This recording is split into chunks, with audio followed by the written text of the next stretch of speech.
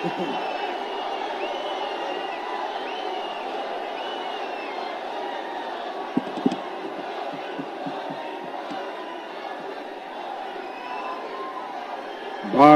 माता की, भारत माता की। ना तेलंगाना कुटुंब की नमस्कार। मैं केतकी संगमेश्वर स्वामी को प्रणाम करता हूं। मैं भगवान बसवेश्वर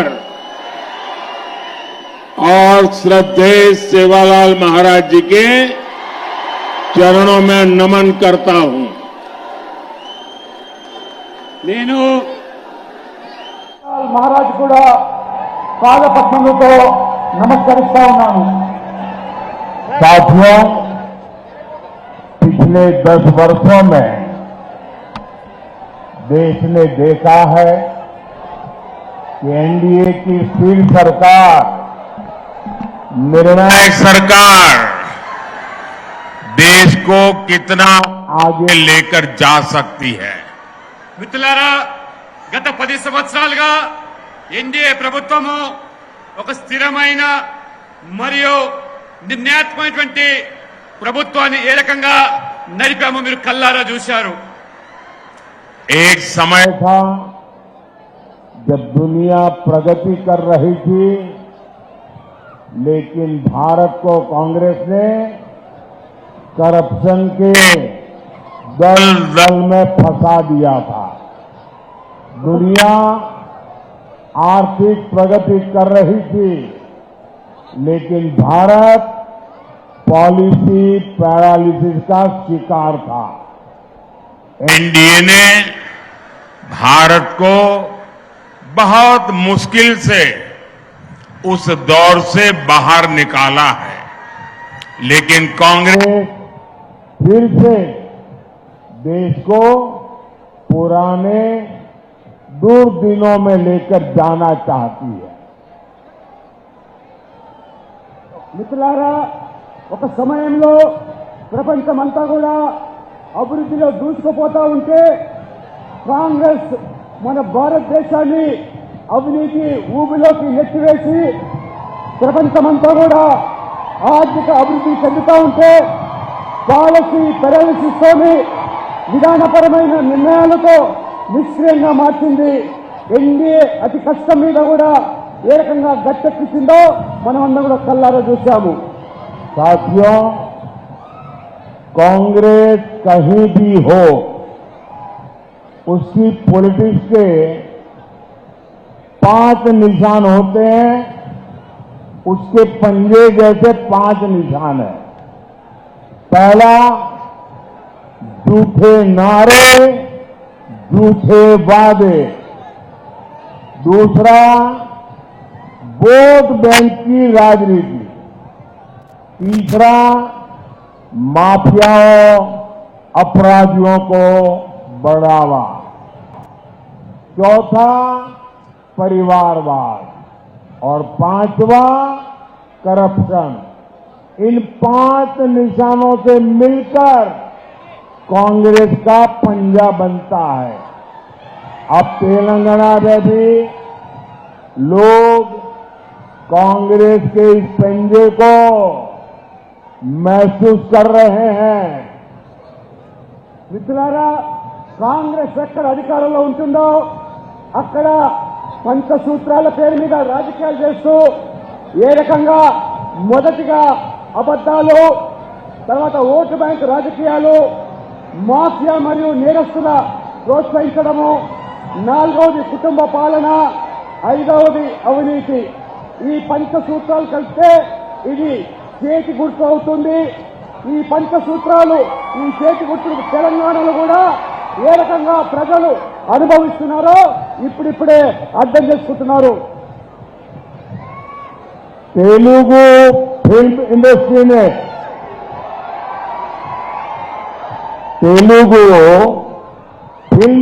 ने भारत को ट्रिपल आर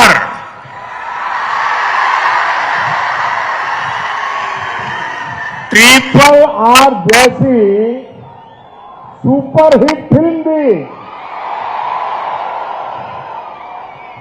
लेकिन आज तेलंगाना कांग्रेस ने राज्य के लोगों को डबल आर टैक्स दे दिया है। ट्रिपल आर फिल्म ने पूरी दुनिया में भारत का नाम रोशन किया, लेकिन ये डबल आर टैक्स भारत के लिए शर्मिंदगी बढ़ा रहा है।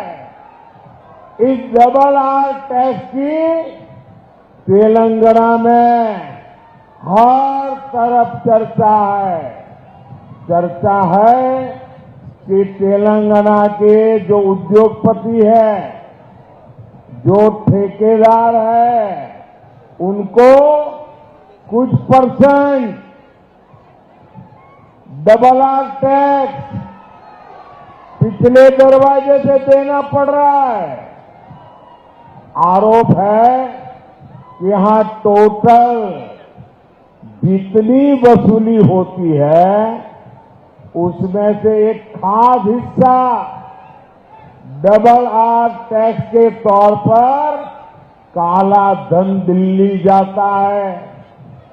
मुझे पता है आप सब ये डबल आर टैक्स से बहुत ही त्रस्त है। मुझे ज्यादा विस्तार में जाने की जरूरत नहीं है। आप समझ गए होंगे ये डबल आर कौन है। మిత్రులారా, తెలంగాణ సినీ పరిశ్రమలో ట్రిపుల్ ఆర్ అనే సినిమా సూపర్ హిట్ అయిన విషయం మనందరికీ తెలిసిందే. కానీ ఈరోజు తెలంగాణలో అంతకుముందు ఈరోజు డబుల్ ఆర్ ట్యాక్స్ పేరు మీద ఈరోజు పెద్ద ఎత్తున కూడా తెలంగాణలో చర్చ జరుగుతూ ఉన్నది.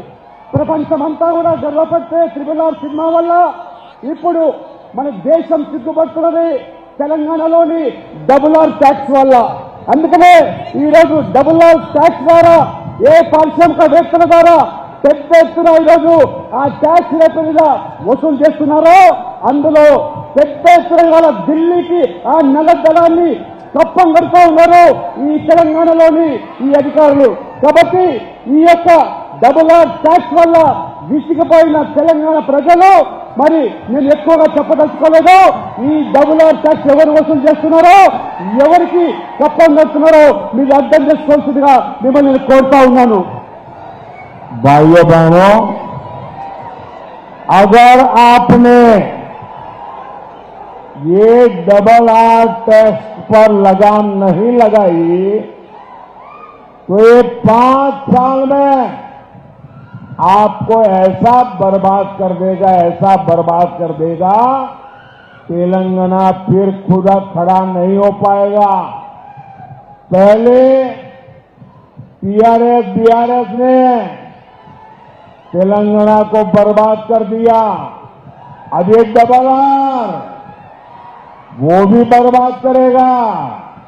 और इसलिए उसको लगाम लगाने के लिए इस बार तेलंगाना से सभी भाजपा को जिता करके दिल्ली भेजो तो वो डरेगा और लगाम रहेगी।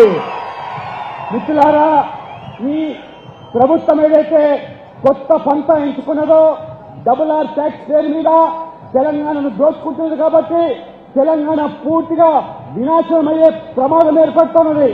గతంలో బీఆర్ఎస్ కూడా ఏ రకంగా అవినీతికి పాల్పడి రాష్ట్రాన్ని దోచుకున్నదో బీఆర్ఎస్ కాంగ్రెస్ ఇద్దరు తోడుదొంగలే, ఒక గూటి పక్షులే. కాబట్టి ఈ తెలంగాణ ప్రజలు విముక్తి కావాలంటే బీజేపీని గెలిపించాలి. త్వరలో తెలంగాణలో పెద్ద ఎత్తున బీజేపీ అభ్యర్థులను గెలిపించి తెలంగాణను ఆదుకోవాల్సిందిగా మీతో విజ్ఞప్తి చేస్తా ఉన్నాను. साथियों, कांग्रेस पार्टी ने आपको लूटने के लिए एक और नया तरीका निकाला है। अगर कांग्रेस सरकार बनी तो ये लोग इनहेरिटेंस टैक्स लाने की बात कर रहे हैं, यानी आपकी जीवन भर की कमाई, आपने जो बचा करके रखा है, जिंदगी भर मेहनत करके जो कमाया है, और आपकी इच्छा है कि मरने के बाद ये आपकी संपत्ति, आपने जो कमाया है वो आपके संतानों को मिले। लेकिन कांग्रेस ऐसा टैक्स लाने वाली है कि अब आपने जो कमाया है वो पूरा का पूरा आपके बच्चों को नहीं दे सकेंगे। आधे से ज्यादा 55% ये कांग्रेस ने वसूल करने की योजना बना ली है। आपको कांग्रेस के इन खतरनाक इरादों से सावधान रहना है। మిత్రులారా, ఒకవేళ పొరపాటున కేంద్రంలో కాంగ్రెస్ ప్రభుత్వం వచ్చినట్లయితే మన వారసత్వ ఏదైతే సంపద ఉన్నదో ఆ సంపద నుంచి కొత్త రకం పంట ఎంచుకొని కాంగ్రెస్ పార్టీ ఇప్పుడు ట్యాక్స్ వసూలు చేస్తామంటున్నది. అది 55% మన సంపద నుంచి మన పిల్లలకు దక్కకుండా ఇవాళ కాంగ్రెస్ దాన్ని కాజేయడానికి కుట్రలు కుతంత్రాలు పడుతూ ఉన్నది. కాబట్టి ఈ భయానకమైనటువంటి నిర్ణయాల పట్ల మన ప్రజలందరూ కూడా అప్రమత్తంగా ఉండాలి. లేనట్లయితే మన తల్లిదండ్రులు సంపాదించినటువంటి ఈ ఆస్తిలో 55% ఈ కాంగ్రెస్ దోచుకునేదానికి ఇవాళ ఏదైతే పన్నాగం పడుతున్నదో మీరందరూ కూడా దీని పట్ల అప్రమత్తంగా ఉండాలని చెప్పి కూడా నేను మీ అందరికీ విజ్ఞప్తి చేస్తా ఉన్నాను. पहले बीआरएस ने तेलंगाना को लूटा और अब कांग्रेस वाले लूट रहे हैं। आप देखिए, बीआरएस ने कालेश्वरम प्रोजेक्ट का इतना बड़ा स्कैम किया। जब कांग्रेस विपक्ष में थी तो सरकार बनने के बाद इसकी जांच करने की बातें कर रही थी, लेकिन जैसे ही सरकार बनी कांग्रेस कालेश्वरम स्कैम की फाइलें दबाकर बैठ गई। और जब बीआरएस सत्ता में थी तब उन्होंने कैश फॉर वॉट मामले की जांच को आगे नहीं बढ़ने दिया।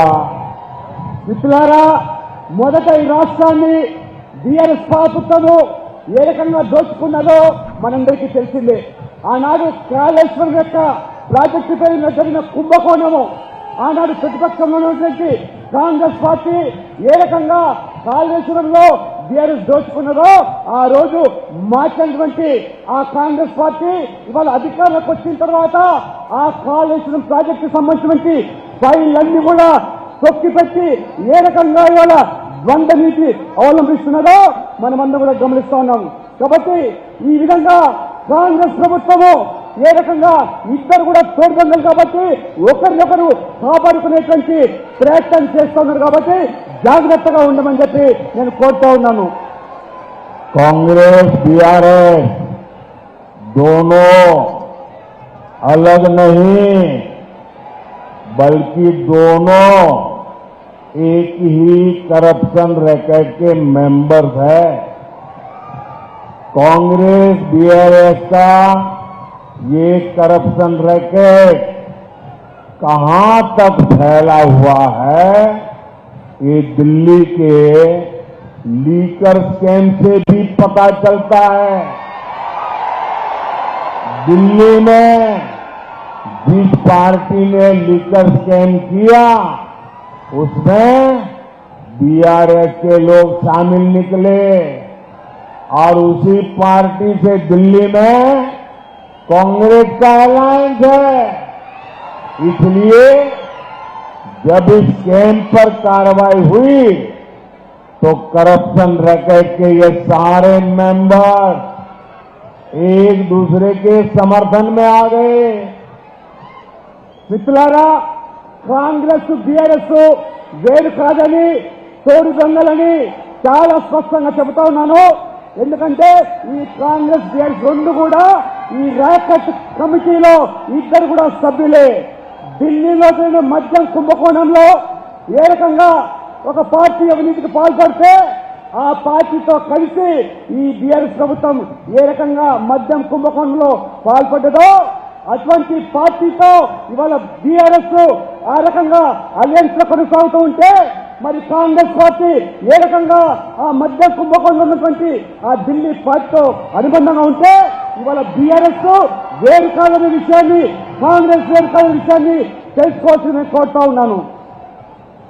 बीजेपी किसान कल्याण को प्राथमिकता देती है, लेकिन कांग्रेस हमारे अन्नदाता को भी धोखा देने में पीछे नहीं है।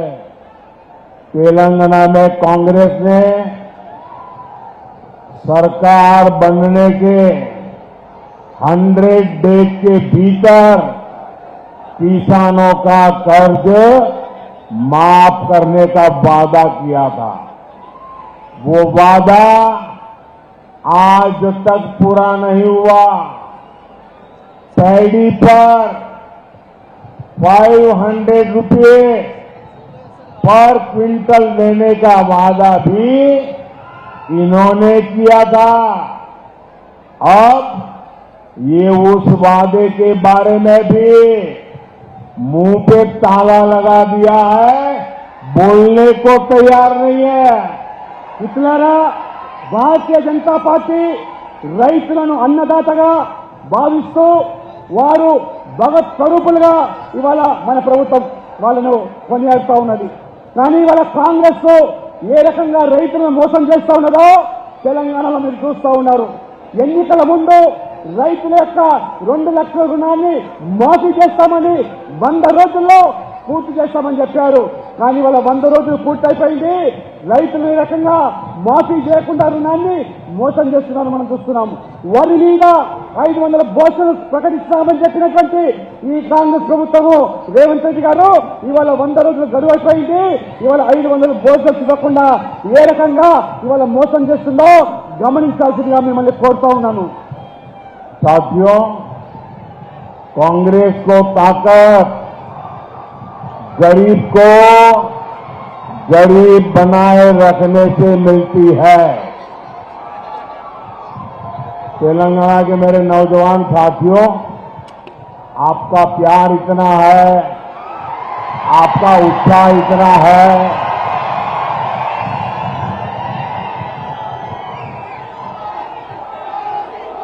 मैं आपके इस प्यार के लिए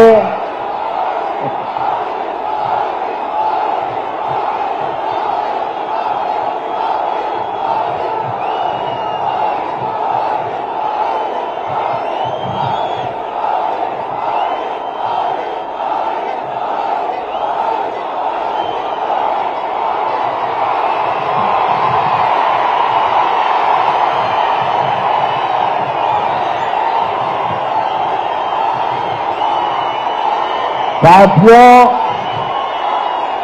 ये आपका उत्साह, आपका प्यार इतना जबरदस्त है कि आज एक डबल आर की नींद उड़ जाएगी।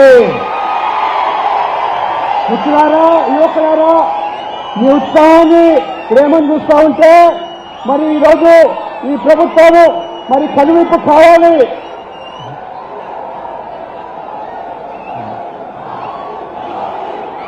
साथियों, कांग्रेस को ताकत गरीब को गरीब बनाए रखने से मिलती है।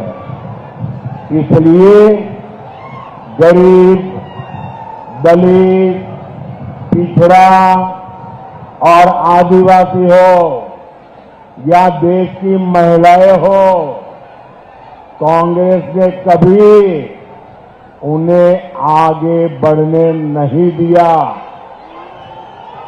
कांग्रेस राज में नारी शक्ति ने जन्म से लेकर जीवन तक हर जगह तकलीफ उठाई है। बेटी पैदा होती थी तो उसकी पढ़ाई सबसे कठिन चुनौती होती थी। स्कूलों में शौचालय न होने से बेटियों को स्कूल बीच में ही छोड़ना पड़ता था और इसलिए हमने बेटी बचाओ बेटी पढ़ाओ अभियान शुरू किया। हर स्कूल में बेटी के लिए अलग टॉयलेट बनवाए। अब बेटियां भी शिक्षा में भी आगे बढ़ रही है। आज पीएम आवास में बनने वाले घर भी मुख्य रूप से महिलाओं के नाम पर ही दिए जा रहे हैं। మిత్రులారా, కాంగ్రెస్ పార్టీ ఎప్పుడు పేదలను పేదవాళ్ళుగానే మార్చడానికి ప్రయత్నం చేశారు. దళితులు, ఆదివాసీలు, వెనుకబడ్డ వర్గాలు, మహిళలు ఏ రకంగా వెనక్కి నెట్టేశారో, నిర్లక్ష్యం చేశారో మీరందరూ చూశారు. కానీ మా ప్రభుత్వము మహిళా శక్తి పేరు మీద, నారీ శక్తి పేరు మీద అబ్బాయిలు చదువుకునేదానికి వాళ్ళకి కావాల్సిన సదుపాయాలు కల్పించడానికి బేటీ బచావ్ బేటీ పడావ్ ప్రత్యేకంగా పాఠశాలలో అమ్మాయిలకు టాయిలెట్ విధిగా నిర్మించి ఏ రకంగా ఆ అమ్మాయిలను ఆ రకంగా శక్తివంతులు చేస్తా ఉన్నాము.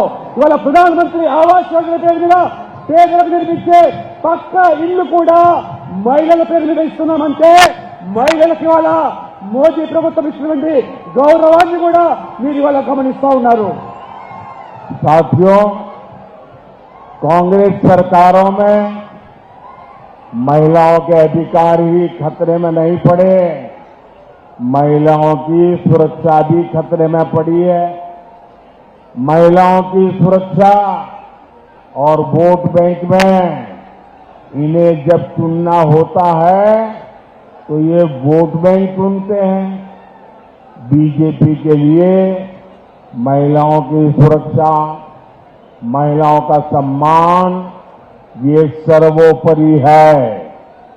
कोई भी व्यक्ति चाहे वो कितना भी बड़ा क्यों ना हो, अगर वो महिलाओं के सम्मान के साथ खिलवाड़ करता है तो उसे बख्शा नहीं जाना चाहिए। हमने इन 10 वर्षों में महिला सुरक्षा को लेकर कड़े कानून बनाए हैं। फांसी तक की सजा का कानून हमने बनाया है। अगले 5 वर्षों में हम इसी दिशा में और मजबूती से काम करेंगे। మిత్రులారా, మహిళల అధికారులే కాదు కాంగ్రెస్ పార్టీ హరించింది, మహిళలు కూడా రక్షణ లేకుండా ఓటు బ్యాంక్ రాజకీయాలకు ఏదైతే పాల్పడ్డదో ఇవాళ మా ప్రభుత్వం ఖచ్చితంగా మహిళల రక్షణ కోసము అవసరమైనటువంటి కొత్త చట్టాలు తీసుకురావడమే కాకుండా మహిళలను గౌరవించకుండా కించపరిచేటువంటి ఏ వ్యక్తులైనా శక్తులైనా ఉరిశిక్ష సైతం విధించేటువంటి ఒక కఠినమైనటువంటి చట్టాలను తీసుకొచ్చి ఇవాళ మహిళలను ఆదరిస్తుంది, గౌరవిస్తుంది మా ప్రభుత్వము. साथियों, जब एक सरकार मजबूत होती है, जब एक सरकार निर्णायक होती है और एक सरकार जो सिर्फ और सिर्फ देशभक्ति से काम करती है, तो वो कैसे इतिहास रच सकती है? आप सब देख रहे हैं, अयोध्या में भव्य राम मंदिर इसका उदाहरण है। प्रभु राम मंदिर की प्रतीक्षा 500 वर्षों से थी। जो मंदिर आजादी के तुरंत बाद बनाया जाना चाहिए था, वो सपना आज दिल्ली में मजबूत सरकार होने के कारण आंखों के सामने पूरा हो गया। अब आप मुझे बताइए, ये अयोध्या में राम मंदिर बना के नहीं बना? बना के नहीं बना? किसने बनाया? किसने बनाया? किसने बनाया? ये अयोध्या का राम मंदिर मोदी ने नहीं बनाया है। ये अयोध्या का राम मंदिर आपके एक वोट के कारण बना है। आपके मजबूत वोट ने, देश में से जो मजबूत वोट मिला, हमें पूर्ण बहुमत मिला और इसके कारण ये भगवान राम का मंदिर बना।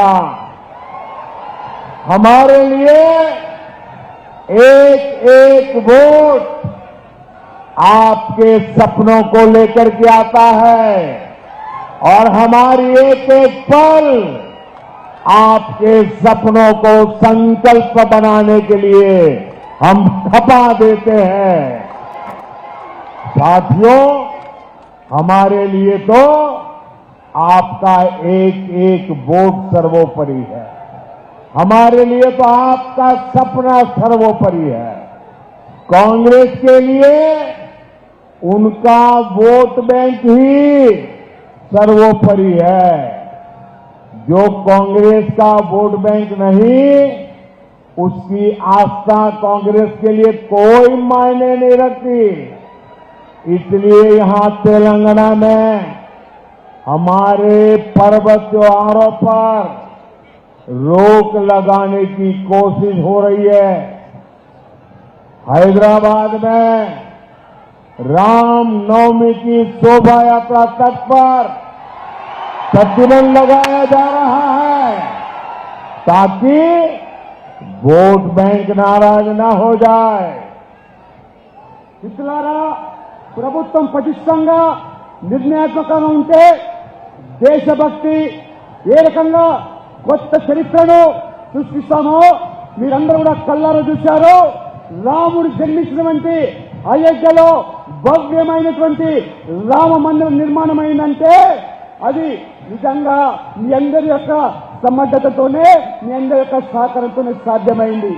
స్వాతంత్రం పూర్వమే ఈ రామ మందిరం నిర్మాణం కావచ్చుంది, కానీ ఢిల్లీలో పటిష్టమైన ప్రభుత్వం లేకపోవడం వల్ల అది సాధ్యం కాలేదు. మీరందరూ కూడా ఏమనుకుంటున్నారు? మోదీయే ఈ బ్రహ్మమైనటువంటి మందిరం కట్టారని మీరు అనుకుంటున్నారు. కాదు, మీరందరూ కూడా వేసిన ప్రతి ఓటు వల్ల ఒక పటిష్టమైనటువంటి, ఒక సమర్థమైనటువంటి ప్రభుత్వం ఏర్పడడం వల్లనే ఈ మందిరం సాధ్యమైంది. మీ యొక్క సహకారంతోనే ఈ మందిరం నిర్మాణమైంది. అందుకనే మీరు వేసే ప్రతి ఓటు మీ కళలను సాకారం చేయడానికి మేము ఉపయోగపడతాము తప్పితే, మీ కళలు సాకారం చేయడానికి, మీ కన్న కళలు కూడా నిజం కావాలంటే మా జీవితం అంతా కూడా ఈ దేశం కోసం దారపోశాము. కాబట్టి కాంగ్రెస్ ఏనాడు కూడా ఈ దేశం కోసం కాదు, ప్రతి ఓటు బ్యాంకు రాజకీయాలకు పాల్పడుతూ ఓటు కోసం పట్టపిస్తుంది తప్పితే మెజార్టీ ప్రజల యొక్క విశ్వాసాలకు భంగం కలిగే విధంగా ఏ రకమైనటువంటి ఓటు బ్యాంకు రాజకీయాలకు పాల్పడుతుందో ఇవాళ మనం తెలంగాణలో, హైదరాబాద్ లో చూస్తున్నాము. మన పండుగలు నిర్వహించుకోవాలంటే అనేక ఆంక్షలు, మన పండుగలు జరుపుకోవాలంటే అనేకమైన షరతులు. చివరికి హైదరాబాద్ లో భవ్యమైనటువంటి శ్రీరామ నవమి శోభయాత్ర జరపాలంటే కూడా ఈ ప్రభుత్వము ఎన్ని ఆంక్షలు విధించిందో, ఎన్ని రకాల వేధింపులకు చేసిందో కేవలము ఒక వర్గం వారి ఓట్ల కోసం అనే విషయాన్ని మీరు తెలుసుకోవాల్సిగా నేను కోరుతా ఉన్నాను. साथियों, जब तेलंगाना संयुक्त आंध्र प्रदेश का हिस्सा था, तब 2004 और 2009 में उस संयुक्त आंध्र ने कांग्रेस को रिकॉर्ड संख्या में एमपी एमएलए दिए थे। कांग्रेस ने यहां एसटी, एससी, बीसी की चिंता करने की जगह उनके आरक्षण पर डाका डालना शुरू कर दिया। कांग्रेस ने तब के आंध्र प्रदेश को तुष्टीकरण की प्रयोगशाला बना दिया था। कांग्रेस ने बीसी के हक का आरक्षण उठाकर मुस्लिमों को दे दिया। మిత్రులారా, ఆంధ్రప్రదేశ్ ఉమ్మడి రాష్ట్రంలో 2004-2009లో రికార్డు స్థాయిలో ఎంపీలను గెలిపించారు. కానీ ఆ కాంగ్రెస్ పార్టీ గెలిచిన తర్వాత ఎస్సీ, ఎస్టీ, ఓబీసీల హక్కులను హరించడమే కాకుండా ఏ రకంగా వాళ్ళ అధికారాలను కాలరాసిందో మీరు కళ్ళారా చూశారు. ఆ రోజు కాంగ్రెస్ పార్టీ ఆంధ్రప్రదేశ్ ను ఒక ప్రయోగశాలగా మార్చి ఓబీసీల హక్కులను కాలరాసి ఓబీసీలో ఉన్న వాటాలను ముస్లింల కోసం ఏ రకంగా ఆ రిజర్వేషన్ కల్పించి ఓబీసీల యొక్క హక్కులను కాలరాశారు. కాబట్టి కేవలం ముస్లింల మెప్పు కోసము బీసీలను ఏ రకంగా వాళ్ళను ఇవాళ అధికారులకు కోసార్చారో మీరు చూస్తున్నారు. కాబట్టి మీరు ఈ కాంగ్రెస్ యొక్క బంద్ నీతితో కూడా ఆలోచన చేయాల్సి.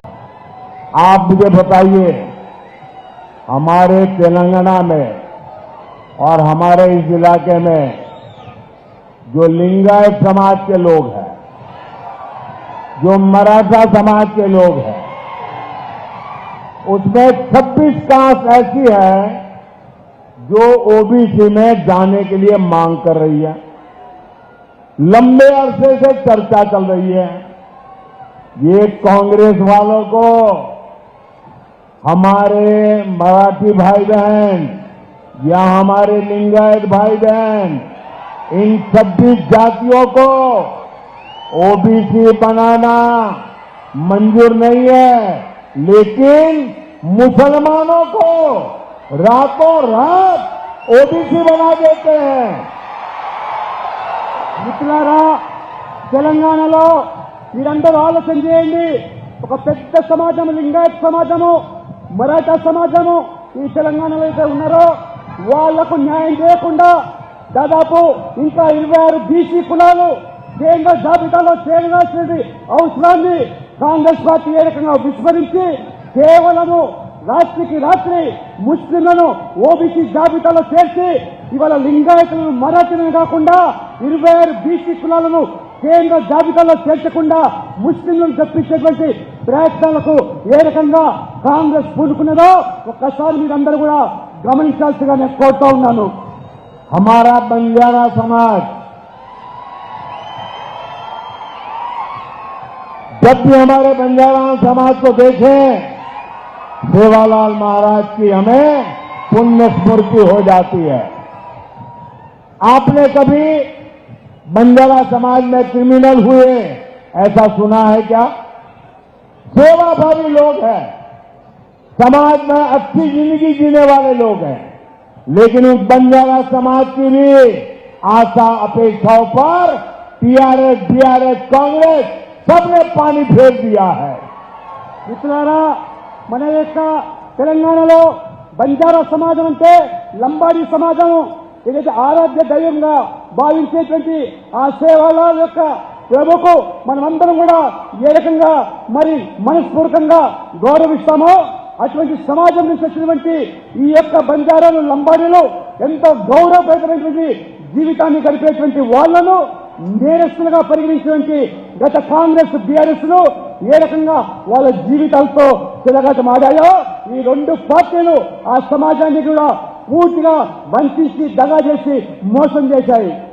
भाइयों बहनों, ये इतने बड़े संविधान लेकर के दुनिया को मूर्ख बनाने वाले लोग, रात दिन आरक्षण के नाम पर झूठ बोलने वाले लोग, ये हमारे तेलंगाना में मादिगा समाज पर क्या बीती है।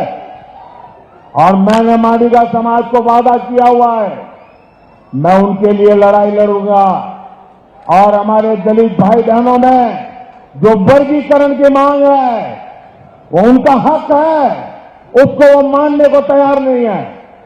మిత్రులారా, పొద్దున్న చేస్తే ఈ పార్టీలు రాజ్యాంగం గురించి లేకపోతే రిజర్వేషన్ల గురించి దుష్ప్రచారం చేస్తూ తప్పుడు ప్రచారం చేస్తూ ప్రజలు మోసం చేస్తున్నాయో, సామాజిక న్యాయం అంటే ఆ సామాజిక న్యాయానికి కట్టుబడి ఉన్న నేను ఈరోజు సమాజంలో ఉన్నటువంటి మాదిగలకు న్యాయం చేయడానికి ఎస్టీ వర్గీకరణ కోసము కట్టుబడి ఉన్నానని చెప్పి వాళ్ళలో ఒకరిగా నేను ఈ పోరాటానికి అండగా ఉంటానని చెప్పి భరోసా కల్పిస్తున్నాను, హామీ ఇస్తున్నాను.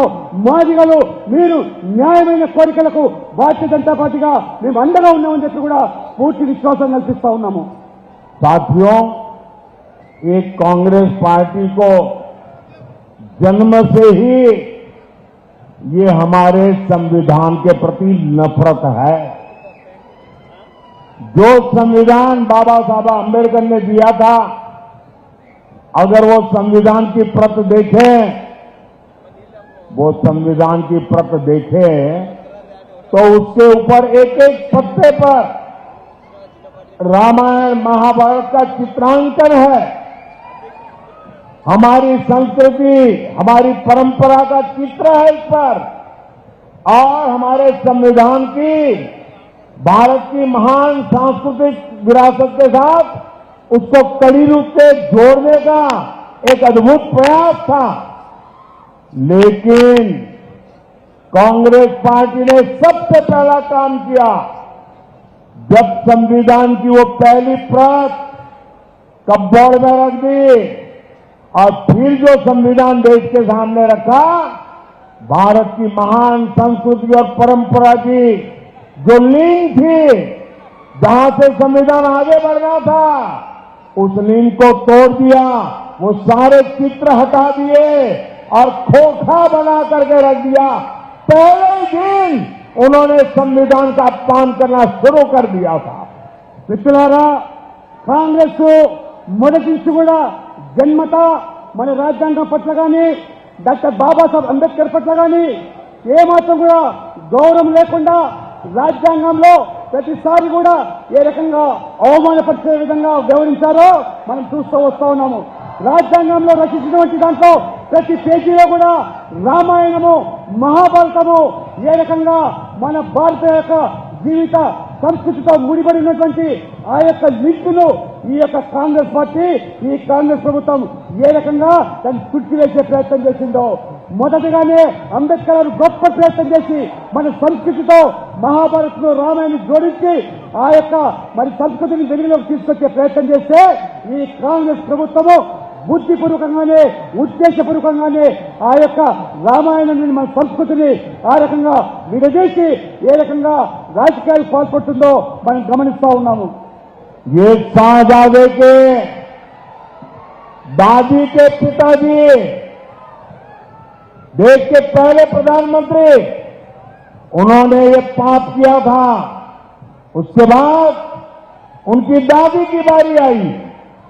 उनकी दादी ने संविधान को चूर चूर कर दिया, देश में आपातकाल लगाया, देश के लोकतंत्र को ताले में बंद कर दिया, देश के लाखों लोगों को जेलों में बंद कर दिया, अखबारों को ताले लगा दिए. संविधान का घोर अपमान पहले प्रधानमंत्री उनकी दादी के पिताजी ने किया, फिर बड़ा अपमान उनकी दादी ने किया. మిత్రులారా, ఈ యువరాజు ఏదైతున్నాడో ఆ యువరాజు ముత్తాత మొదటి ప్రధాని ఈ రాజ్యాంగాన్ని ఏ రకంగా అవహేళన చేశారో, అవమానపరిచారో పూర్తి బాధ్యులు వారే. వారి తర్వాత వీరి నాన్నమ్మ ఏ రకంగా ఆ రాజ్యాంగాన్ని ఏ రకంగా తూట్లు పట్టిందో, తమ రాజకీయ అవసరాల కోసం ఏ రకంగా రాజ్యాంగాన్ని సమయానికి మార్చివేసిందో, సమయానికి బద్దంగా ఎమర్జెన్సీని విధించి ఏ రకంగా మొత్తం రాజ్యాంగాన్ని అవమానపరచడమే కాకుండా ఏ రకంగా రాజ్యాంగాన్ని చులకన చేసినటువంటి చరిత్ర ఈ కుటుంబ సభ్యులది, ఈ యువరాజ తాత ముత్తాతలని నానమ్మని అనే విషయాన్ని మీరు తెలుసుకోవాల్సిన కోరుతా ఉన్నాను.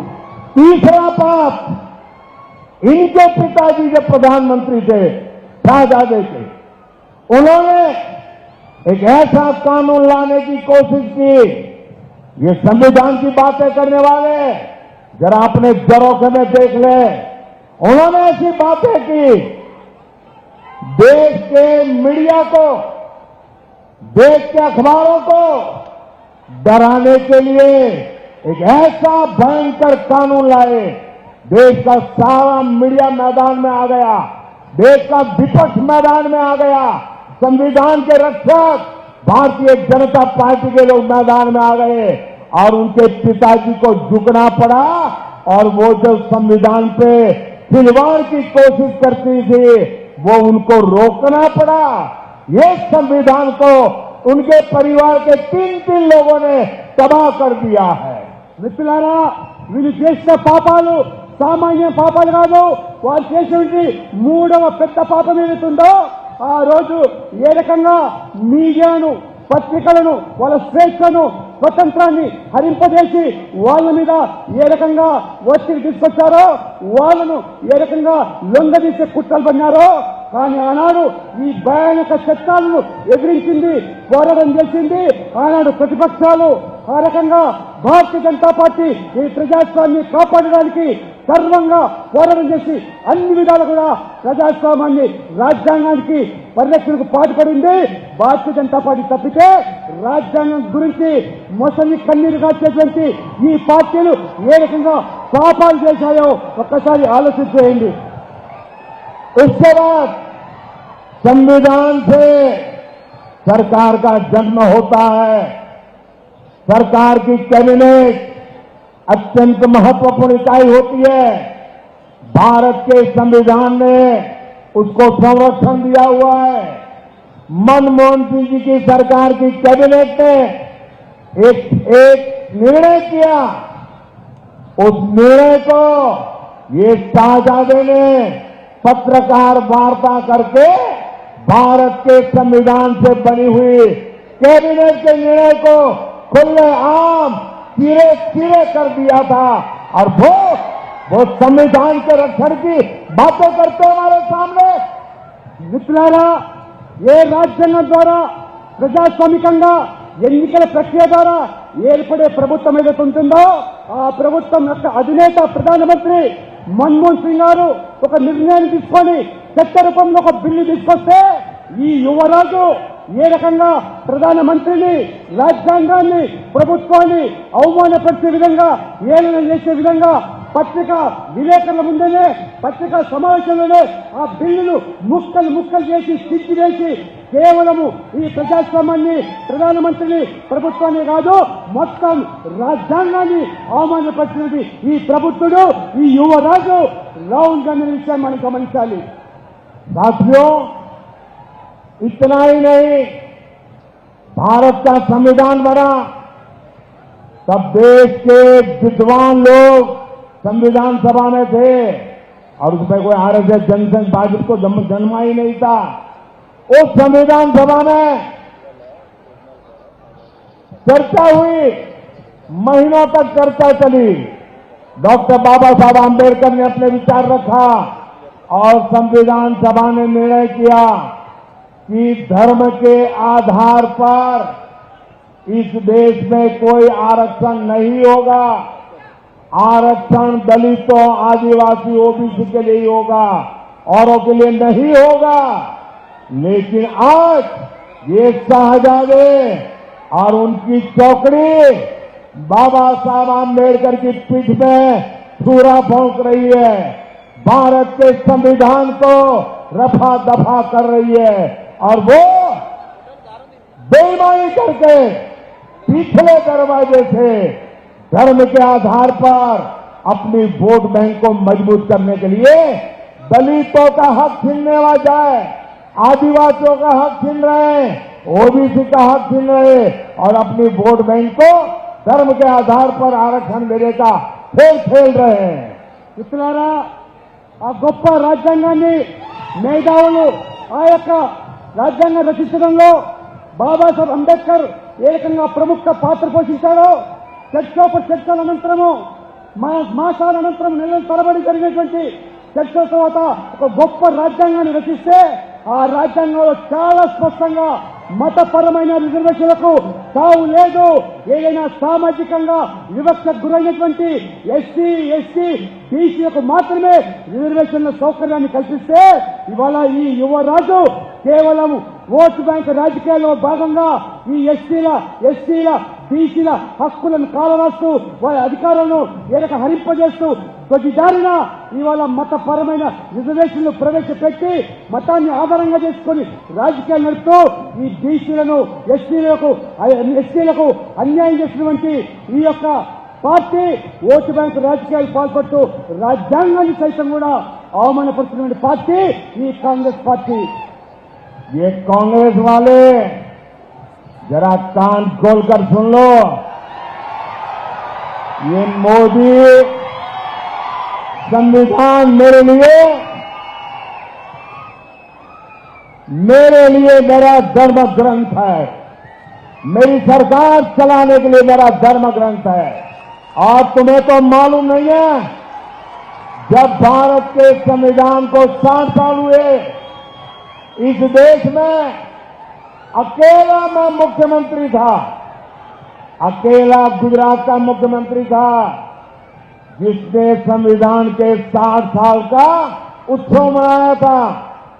मैंने सुरेंद्र नगर में हाथी के ऊपर हमारे संविधान को रखा था और संविधान का सम्मान करते हुए जुलूस निकाला था. और उस राज्य का मुख्यमंत्री हाथी पर नहीं बैठा था, संविधान हाथी पर बैठा था और मोदी पैदल चल रहा था ताकि संविधान का सम्मान हो. మిత్రులారా, నేను కాంగ్రెస్ వాళ్ళకు సవాల్ చేస్తున్నారు. మీరు కాచుకోండి, వినండి, చెవులుంటే. ఈ రోజు ఈ రాజ్యాంగం అంటే ఇదొక పవిత్ర గ్రంథంగా భావించే నేను ఆనాడు దేశంలో ఒకే ఒక ముఖ్యమంత్రి గుజరాత్గా నేను ఆనాడు 60 సంవత్సరాల రాజ్యాంగం రచించినటువంటి సందర్భంగా ఒక గొప్ప పండుగగా వైభవంగా ఉత్సవాలు గుజరాత్ లో నిర్వహిస్తే ఏనుగు మీద ఊరేగింపు, నేను ముఖ్యమంత్రిగా మోదీగా నేను ఊరేగింపులో ఆ ఏనుగు మీద కూర్చొని ఊరేగించలేదు. ఆ పవిత్రమైన గ్రంథాన్ని ఏనుగు మీద కూర్చోబెట్టి ఊరేగించి నేను కాలి నడకన భారీ ఊరేగింపు నిర్వహించి ఆ పవిత్ర గ్రంథాన్ని గౌరవించినటువంటి వ్యక్తిని, ఆ రాజ్యాంగం అంటే అది పవిత్ర గ్రంథంగా భావించే నేను ఇది మోదీ అనేటువంటి విషయాన్ని కాంగ్రెస్ తెలుసుకోవాల్సిన నేను కోరుతా ఉన్నాను. साथियों, मेरा समर्पण देश के संविधान के शब्दों के प्रति, देश की संविधान की भावनाओं के प्रति 2014 में देश ने मुझे चुन करके संसद में भेजा और जब मैं पहले दिन संसद में गया तो संविधान का प्रतिबिंब हमारे देश की संसद होती है और पहले ही जाकर के मैंने संसद के सामने सर झुकाया, अपना माथा टेका. बाद में मैंने कदम पार्लियामेंट में रखा था क्योंकि संविधान के लिए हम समर्पित हैं. మిత్రులారా, రాజ్యాంగం పట్ల మాకున్నటువంటి గౌరవాన్ని మీరు శంకించాల్సిన అవసరం లేదు. నా జీవితం అంతా కూడా ఈ దేశం కోసము, ఈ ధర్మం కోసము, ఈ యొక్క రాజ్యాంగం కోసము సమర్పించిన వ్యక్తిని నేను. మొదటిసారిగా పార్లమెంట్ సభ్యునిగా నేను గెలిస్తే ఆనాడు నాకు రాజ్యాంగం పట్ల, ప్రజాస్వామ్యం పట్ల ఉన్నటువంటి గౌరవాన్ని వెలిపించడానికి పార్లమెంట్ లో మొదటి అడుగు పెట్టినప్పుడు నేను ఆ పార్లమెంటు ఆ భవనం ముందు మోకరిల్లి నమస్కరించి ఆ రాజ్యాంగాన్ని, ప్రజాస్వామ్యాన్ని, ఆ పవిత్రమైనటువంటి పార్లమెంటు భవనాన్ని గౌరవించి ఏ రకంగా నేను పార్లమెంట్ సభ్యునిగా కొనసాగానో మీరందరూ కూడా తెలిసిన విషయమే. 2019 में जब आपने मुझे दूसरी बार प्रधानमंत्री बनने का अवसर दिया और जब मुझे एनडीए ने अपना नेता चुना तो कार्यभार संभालने से पहले मैंने पार्लियामेंट के सेंट्रल हॉल में संविधान की किताब ला करके रखी थी. पहले मैंने जाकर के संविधान के सामने मारा माथा टेका, जैसे आप गीता, रामायण, महाभारत के सामने टेकते हो, जैसे कुरान, बाइबल के सामने रखते हो, मैंने संविधान के सामने अपना माथा टेका. उसके बाद 2019 में कार्यभार संभालने के लिए मैंने अपना भाषण दिया था। ये मोदी का संविधान के प्रति समर्पण है। మిత్రులారా 2019లో రెండవసారి మీ యొక్క సమ్మతంతో ప్రధానమంత్రిగా నేను ఎన్నికైన తర్వాత ఎన్డీఏ నేతగా ఎన్నిక తర్వాత నేను నా బాధ్యతలు స్వీకరించే మొదలు ఆ పార్లమెంట్ సెంట్రల్ హాల్లో ఆ పవిత్రమైనటువంటి ఆ గ్రంథము ఆ రాజ్యాంగాన్ని ఆ సెంట్రల్ హాల్లో ప్రవేశపెట్టి ఆ సెంట్రల్ హాల్ ఆ పవిత్ర గ్రంథం ముందు నేను ఏ రకంగా ఆ యొక్క గ్రంథాన్ని ఒక పవిత్ర గ్రంథంగా ఏ రకంగా ఇవాళ భగవద్గీతగా ఖురాన్గా బైబిల్గా అన్ని వర్గాలు ఏ రకంగా పవిత్ర గ్రంథాలుగా భావిస్తాయో నేను సైతం కూడా ఈ రాజ్యాంగం కూడా అంతే పవిత్ర గ్రంథంగా భావించి ఆ రామాయణ మహాభారత లాంటి గ్రంథంగా స్వీకరించి నేను ఆ రకంగా పార్లమెంట్ లో ఆ రకంగా ప్రధానమంత్రిగా బాధ్యతలు స్వీకరించి మొట్టమొదటి ఉపన్యాసం చేశారు. ఇవాళ మోదీ గారిని రాజ్యాంగం పట్ల శంకించేటువంటి ఈ శక్తులు వ్యక్తులు ఈ దేశ పట్ల వారికి ఉన్నటువంటి కట్టుబడి స్థితి ఏమిటో దేశ ప్రజలు గమనిస్తున్నారని చెప్పి నేను మీకు తెలియజేస్తా ఉన్నాను. ये सत्ता भूख में डूबा हुआ ये शाही परिवार कांग्रेस पार्टी के संविधान को, देश का संविधान छोड़ो, कांग्रेस पार्टी के संविधान को भी मानने को तैयार नहीं है। उसको भी उन्होंने डस्टबिन में डाल दिया है। सीताराम केसरी कांग्रेस पार्टी के अध्यक्ष थे, रातों रात उनको बाथरूम में बंद कर दिया गया, उठा करके फुटपाथ पर फेंक दिया। अब संविधान की परवाह किए बिना कांग्रेस पार्टी पर एक शाही परिवार ने कब्जा कर लिया। साहब जरा बोलने से पहले 50 बार सोचना शुरू करो।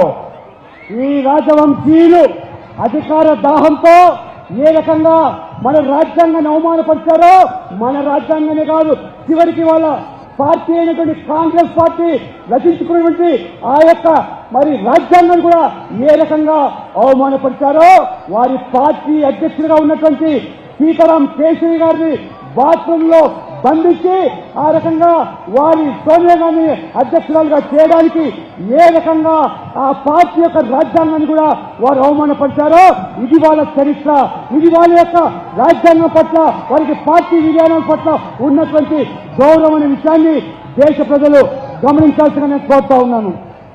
ये संविधान के लिए नाम पर देश को मूर्ख बनाने के लिए निकले हुए। आपको पता होगा देश का पहला संविधान संशोधन उनके दादी के पिताजी पहले प्रधानमंत्री ने किया था और वो फ्री स्पीच पर ताले लगाने वाला किया था और आखिर में उन्होंने प्रेस पर प्रतिबंध लगाने वाला सुधार करने का प्रयास किया था। ये संविधान के प्रति इनकी भावना है। మిత్రులారా ఈ రాజ్యాంగం పట్ల ఏదైతే వీళ్ళ మోసని కన్నీరు గారుస్తూ దుష్ప్రచారం చేస్తూ తప్పుడు ప్రచారం చేస్తున్నారో ఇవాళ మా విధేయత పట్ల వాస్తవంగా మొదటిసారిగా ఈ యువరాజు ముత్తాత మొదటి అమెండ్మెంట్ ఏదైతే స్వేచ్ఛగా మాట్లాడేటువంటి ఈ భావనను ఆ యొక్క భావనను ప్రకటనను హరింపజేయడానికి మొదటి ఆ రాజ్యాంగాన్ని మార్చినటువంటి ఆ యొక్క కుటుంబము ఇది నెహ్రూ కుటుంబం అనే విషయాన్ని నేను తెలుసుకోవాల్సిన కోరుతా ఉన్నాను. इनका संविधान से कोई लेना देना नहीं। ये शाही परिवार को सत्ता खुद के पास रहे तो सब कुछ अच्छा, लेकिन इस देश में सत्ता अगर उनके हाथ से चली जाए तो सब कुछ निकम्मा। ये वो लोग हैं जो पार्लियामेंट चलने नहीं देना चाहते। ये वो लोग हैं जो चुनाव में इलेक्शन कमीशन जो परंपरा है नियुक्ति की, अब इलेक्शन कमीशन पे सवाल उठाते हैं। ये लोग ईवीएम पर सवाल उठाते हैं और अब अपनी वोट बैंक के लिए संविधान को बदनाम करने पर निकले हैं। लेकिन कांग्रेस वाले सुन ले, उनके चट्टे बट्टे सुन ले, उनकी पूरी जमात सुन ले, जब तक मोदी जिंदा है,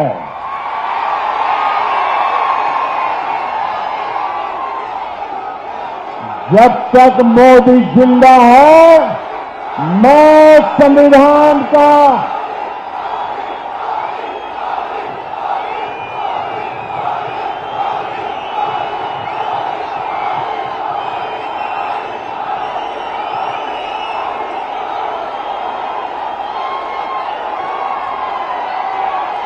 जब तक मोदी जिंदा है, मैं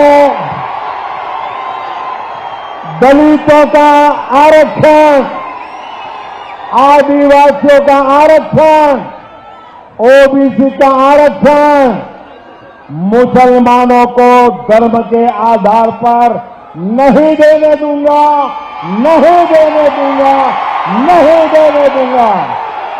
మిత్రులారా, ఈ రాజవంశీయులు ఈ దేశాన్ని పాలించేదే మా జన్మ హక్కని, రాజ్యాంగం పట్ల కానీ ప్రజాస్వామ్యం పట్ల కానీ ఏ మాత్రం కూడా విశ్వాసం లేనివంటి ఈ కుటుంబము మేము అవసరమైతే ఈ పార్లమెంట్ కూడా నడవనీయము. ఇవాళ మీరు అధికారంలో ఉంటే మాకు ఈ అధికారాన్ని కావడానికి దేనికైనా దిగజారుతామని చెప్పి ఇవాళ రాజ్యాంగ సంస్థలైనటువంటి ఎన్నికల కమిషన్ మీద ఇవాళ అనుమానాలు వ్యక్తం చేస్తూ ఉంటారు. ఈవీఎంల మీద కూడా వాళ్ళు ప్రశ్నలు లేవనెత్తుతూ ఉంటారు. వాళ్ళు గెలవకపోతే అందరినీ కూడా అవమానపరుస్తూ ఉంటారు. ఈ ఓటు బ్యాంక్ రాజకీయాలకు చివరికి రాజ్యాంగం పట్ల కూడా ఇవాళ ఏ రకంగా దుష్ప్రచారం చేస్తున్నారో నేను ఇవాళ వీళ్ళ యొక్క శక్తులకు వీళ్ళందరికీ చరిత్రలకు కూడా నేను సవాల్ చేస్తా ఉన్నాను. ఈ మోదీ బతుకున్నంత వరకు రాజ్యాంగాన్ని కదిలించేటువంటి వ్యక్తి శక్తి ఈ ప్రపంచంలో ఎవరు ఉండరని, ఈ రాజ్యాంగాన్ని కాపాడే పూర్తి బాధ్యత మోదీగా నేను తీసుకుంటున్నాను.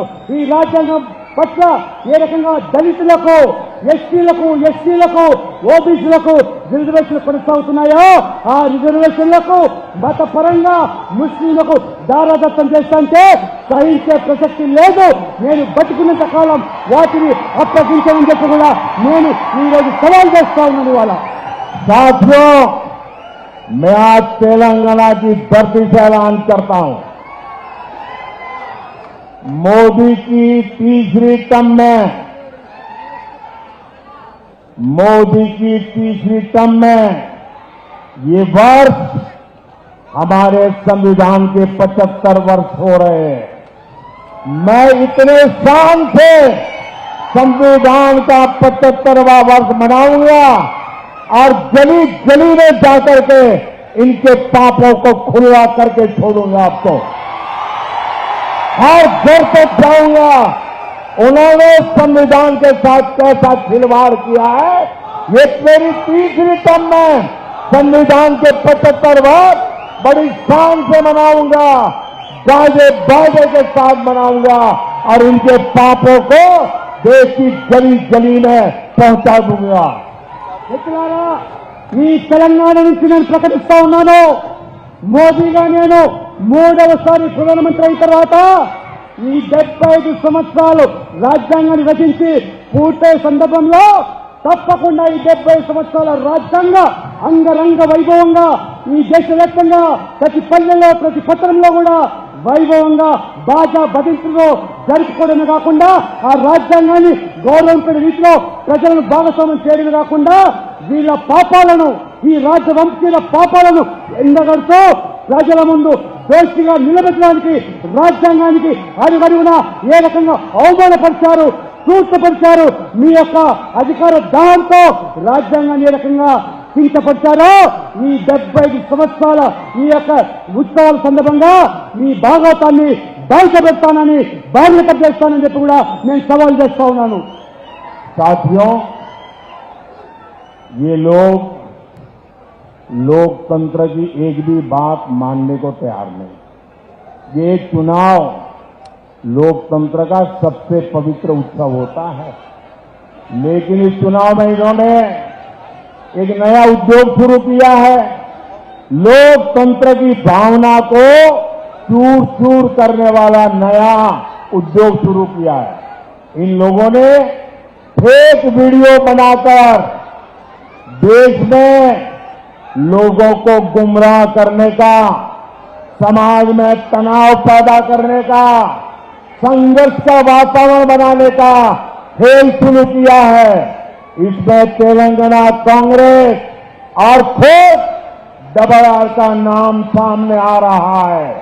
आप मुझे बताइए, क्या संवैधानिक पद पर बैठे लोगों से ऐसी हरकत करने की उम्मीद कोई देशवासी कर सकता है क्या?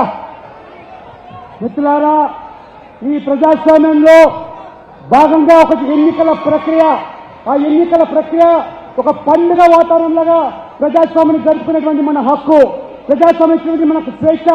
అటువంటి ప్రజాస్వామ్యాన్ని ఇవాళ ఈ కాంగ్రెస్ నాయకులు అవమానపరిచే విధంగా వాళ్ళు ఓటమి ఛాయలో, ఓటమి నైవేద్యంలో ఏ రకంగా దిగజారుతున్నారో, ఈ తెలంగాణలో ఒక ఫేక్ మీడియా సృష్టించి ఏ రకంగా ఈ సమాజాన్ని విచ్ఛిన్నం చేయడానికి కుట్రలు పంచుతున్నారో, ఎన్నికల్లో గెలవలేమని చెప్పి ఏ రకమైనటువంటి దిగజారు చర్యలకు పాల్పడుతున్నారో తెలంగాణ కాంగ్రెస్ పార్టీ అదే రకంగా డబుల్ ఆర్గా ఇవాళ కొనసాగుతున్నటువంటి ఈ యొక్క రాజు ఈ తెలంగాణలో అత్యంత పవిత్రమైనటువంటి రాజ్యాంగ పదవిని అనుభవిస్తున్నటువంటి ముఖ్యమంత్రి చేసే పని అని చెప్పి తెలంగాణ సమాజం ఇవాళ ప్రశ్నిస్తున్నది. కాబట్టి ఖచ్చితంగా తెలంగాణ ప్రజలు దీన్ని ఎదుర్కోవడానికి ఎన్నికల ప్రక్రియ ద్వారా ప్రజాస్వామ్య ప్రక్రియ ద్వారా ముందుకు రావాల్సిందిగా మేము కోరుతా ఉన్నాము. साथियों, तेलंगाना और देश के विकास के लिए बीजेपी ही विकल्प है, बीजेपी ही संकल्प है. हमारी सरकार ने तेलंगाना के विकास के लिए लाखों करोड़ रुपए दिए हैं. इससे गरीब कल्याण के कार्यों में तेजी आई है. आज तेलंगाना में 4 वंदे भारत ट्रेन चल रही है. आज तेलंगाना के 40 रेलवे स्टेशन, 40 रेलवे स्टेशन का अमृत स्टेशन के रूप में विकास किया जा रहा है. इसमें हमारा जहीराबाद रेलवे स्टेशन भी शामिल है. हम मेरठ, येलारेडी, बोधन, भैंसा मार्ग को नेशनल हाईवे घोषित करके उसका विकास करने जा रहे हैं. संगारेड्डी, नांदेड़, अकोला नेशनल हाईवे का काम भी पूरा हो गया है. इसे अंदोल, नारायणखेड़ और जुक्कल क्षेत्र में कनेक्टिविटी की अच्छी सुविधा मिलेगी. మిత్రులారా, తెలంగాణలో బీజేపీ మాత్రమే ప్రత్యామ్నాయం. ఇవాళ తెలంగాణ ప్రజలు బీజేపీ మీద ఉన్న విశ్వాసానికి అనుగుణంగా ఏ రకంగా తెలంగాణ అభివృద్ధికి బీజేపీ నిర్వచనమని ఇవాళ నేను స్పష్టం చేస్తా ఉన్నాను. ఇవాళ తెలంగాణకు 4 వందే భారత్ ఎక్స్ప్రెస్ ఇవ్వడమే కాకుండా 40 రైల్వే స్టేషన్లు తెలంగాణలో ఈ ప్రభుత్వం ఇవ్వడమే కాకుండా ఇవాళ అమృత్ రైల్వే స్టేషన్ లో భాగంగా ఇవాళ జైరాబాద్ రైల్వే స్టేషన్ కూడా అందులో ఇవాళ మోదీ ప్రభుత్వం ఇవాళ అభివృద్ధికి నాంది పలికింది. అంతేకాకుండా ఇవాళ మెదక్, ఎల్లారెడ్డి, బాన్స్వాడ, బోధన్, బైకా నేషనల్ హైవే జాతీయ రహదారి కూడా ఇవాళ పూర్తిగా ఈ ప్రభుత్వము ఇవాళ అభివృద్ధి చేస్తా ఉన్నది. సంగారెడ్డి, నాందేడ్, అకోలా ఆ రకంగా ఆ పని కూడా పూర్తి చేస్తా ఉన్నది. అదే కాకుండా అందోల్, నారాయణఖేడ్, జుక్కల్ కూడా దాని కనెక్టివిటీ కోసం కూడా మార్గం సుగమనం చేస్తూ అభివృద్ధికి పేటపీట వేస్తూ జాతీయ రహదారులు కూడా ఏ రకంగా ఇవాళ ఈ ప్రభుత్వం పెద్ద ఎత్తున అభివృద్ధికి పాల్పడుతుందో ఇది వాస్తవం అని కూడా మీకు తెలియజేస్తా ఉన్నాను. भाई बहनों, बीजेपी के प्रयासों के बीच तेलंगाना में कांग्रेस केंद्र सरकार के कामों को रोकने में लगी हुई है. केंद्र सरकार ने देवी सरक्का और समक्का जनजातीय विश्वविद्यालय खोलने का फैसला किया, लेकिन राज्य सरकार जमीन नहीं दे रही है. मनोहराबाद, सिद्धपेट, सिरिसिल्ला, कोट्टापल्ली वहां रेल लाइन बनाने का काम भी यहां की राज्य सरकार रोक करके बैठी है. आप मुझे बताइए, जो कांग्रेस राजनीति के लिए तेलंगाना का विकास ठप करना चाहती है, उसे तेलंगाना से एक भी सांसद मिलना चाहिए क्या? మిత్రులారా, ఇవాళ భారతీయ జనతా పార్టీ కేంద్రంలో ప్రభుత్వము తెలంగాణకు అభివృద్ధికి పెద్దపీట వేస్తూ అన్ని రంగాల్లో కూడా సముచితమైనటువంటి భాగస్వామ్యం కల్పిస్తూ ఉంటే మన గిరిజనుల ఆదివాసుల ఆరాధ్య దైవము సమ్మక్క సారక్కల పేరు మీద ఆ యొక్క ట్రైబల్ యూనివర్సిటీకి మంజూరు చేస్తే ఈ రాష్ట్ర ప్రభుత్వం కనీసం భూమి ఇవ్వకుండా ఏ రకంగా అడ్డుపడుతున్నదో ఒక్కసారి మీరు గమనించాలి. మనోహరాబాద్, సిద్దిపేట, సిరిసిల్ల, కోటపల్లి రైల్వే లైన్ కూడా మంజూరు చేస్తే ఈ ప్రభుత్వం ఏ రకంగా అడ్డుపడుతున్నదో ఒకసారి మీరు ఆలోచన చేయండి. కేవలం ఇవాళ రాజకీయాల కోసము సంకుచితమైనటువంటి భావాలతో ఆలోచనతో తెలంగాణ అభివృద్ధిని ఈ ప్రభుత్వం ఏ రకంగా అడ్డుకుంటుందో, ఎన్ని విధాలుగా మేము లక్షల కోట్ల తెలంగాణకు ఇస్తా ఉంటే ఈ కాంగ్రెస్ పార్టీ ఈ యొక్క అభివృద్ధి నివేదికలకు ఈ రాష్ట్రంలో ఒక్క పార్లమెంట్ సభ్యుడు కూడా గెలిపించాల్సిన అవసరం ఉందా అని చెప్పి నేను మిమ్మల్ని అడుగుతా ఉన్నాను. साथियों, आज ये इंडी अलायंस इतना हताश निराश हो चुका है कि उसे विपक्ष में अधिकृत विपक्ष बनने की भी उम्मीद खो चुका है. उतने लोग भी जीत करके नहीं आएंगे और शायद इतिहास में ये कांग्रेस का सबसे कम नंबर होगा पार्लियामेंट में. आज इनके अलायंस में कोई ऐसी पार्टी नहीं है जो 272 सीट पर चुनाव लड़ रही हो. इसलिए इन्हें वोट देकर अपना वोट खराब करने के लिए कोई भी समझदार हिंदुस्तानी नहीं वोट डालेगा. मेरा आपसे अनुरोध है, 13 मई को 13 मई को जहीराबाद से बीजेपी कैंडिडेट श्री भीमराव बसंतराव पाटिल और मेरठ से एम रविंद्र राव, मेरे इन साथियों को विजयी बनाइए और उनको जब आप वोट देंगे ना, वो वोट सीधा सीधा मोदी को मिलेगा. वो वोट सीधा सीधा मोदी को मिलेगा. मेरे साथ बोलिए भारत माता की, भारत माता की. बहुत बहुत धन्यवाद. మిత్రులారా, ఈ విపక్ష కూటమి ఈసారి ప్రతిపక్ష హోదా కూడా తెచ్చే పరిస్థితి లేదు. ప్రతిపక్ష హోదా కావాల్సిన సీటుగా గెలిచే పరిస్థితి లేదు.